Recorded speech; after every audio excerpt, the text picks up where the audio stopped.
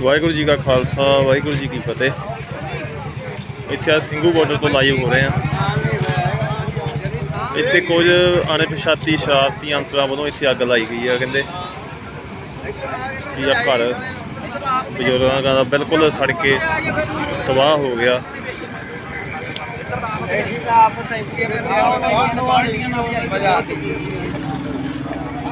ਤੁਸੀਂ ਦੇਖ ਸਕਦੇ ਆ ਇੱਥੇ ਬਿਲਕੁਲ ਇਹਦੇ ਵਿੱਚ ਨਿਆਣੇ ਵੀ ਸੀ ਕਹਿੰਦੇ, ਤੇ ਸਿਆਣੇ ਬਜ਼ੁਰਗ ਵੀ ਸੀਗੇ, ਤੇ ਮਸੀਂ ਇੱਥੇ ਅੱਗ ਬੁਝਾਈ ਹੈ ਇਹਨਾਂ ਨੇ। ਤੇ ਇਹ ਦੋ ਜਗ੍ਹਾ ਤੇ ਅੱਗ ਲੱਗੀ, ਇੱਕ ਇੱਧਰ ਲੱਗੀ ਆ, ਫਿਰ ਕਹਿੰਦੇ ਇੱਕ ਹੋਰ ਜਗ੍ਹਾ ਤੇ ਲੱਗੀ, ਉਹ ਵੀ ਨਾਲ ਹੀ ਆ ਇੱਥੇ।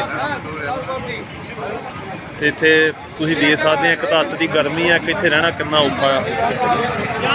ਤੇ ਹੁਣ ਪਹਿਰੇ ਵੀ ਰਾਤ ਨੂੰ ਲਾਉਣੇ ਪਿਆ ਕਰਨੇ ਆ।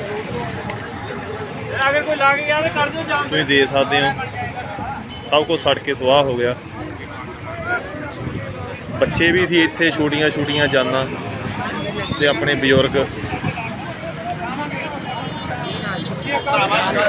ਬਾਕੀ ਵੀ ਤੁਹਾਨੂੰ ਦਿਖਾਉਂਦੇ ਇੱਥੇ।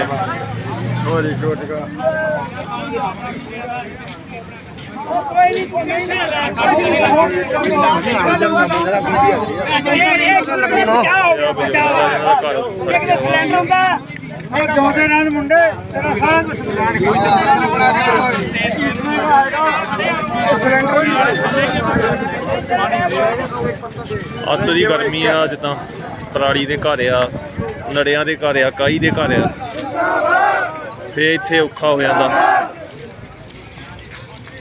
ਮਾੜੀ ਜੀ ਅੱਗ ਦੀ ਇਹ ਹੁਣ ਸਰਕਾਰ ਨੂੰ ਵੀ ਦੇਖਣਾ ਚਾਹੀਦਾ ਆ ਵੀ ਜਿਹੜੇ ਆਪਣੇ ਕਿਸਾਨ ਆ ਕਿੱਦਾਂ ਸੜਕਾਂ ਤੇ ਰੁਲਦੇ ਆ। ਰਾਤਾਂ ਨੂੰ ਇੱਥੇ ਅਸੀਂ ਪਹਿਰਾ ਦੇਈਦਾ ਆ, ਤੇ ਦਿਨ ਨੂੰ ਵੀ ਇੱਥੇ ਔਖਾ ਹੁੰਦਾ। ਕੀ ਪਤਾ ਕਿਹੜੇ ਬੰਦੇ ਨੇ ਇੱਥੇ ਕਿਹੜੀ ਸ਼ਰਾਰਤ ਕਰ ਜਾਣੀ ਹੈ, ਇਸ ਗੱਲ ਦਾ ਕੁਛ ਨਹੀਂ ਪਤਾ ਲੱਗਦਾ।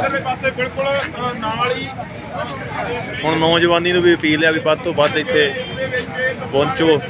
ਔਖਾ ਹੁਣ ਇੱਥੇ ਦਾ ਜ਼ਿਆਦਾ, ਵੀ ਸਾਰਿਆਂ ਨੂੰ ਅਪੀਲ ਆ ਪਹੁੰਚੋ, ਤੇ ਆਗੂਆਂ ਨੂੰ ਵੀ ਇਹ ਅਪੀਲ ਆ ਕਿ ਤੁਸੀਂ ਆਪ ਅਪੀਲ ਕਰੋ।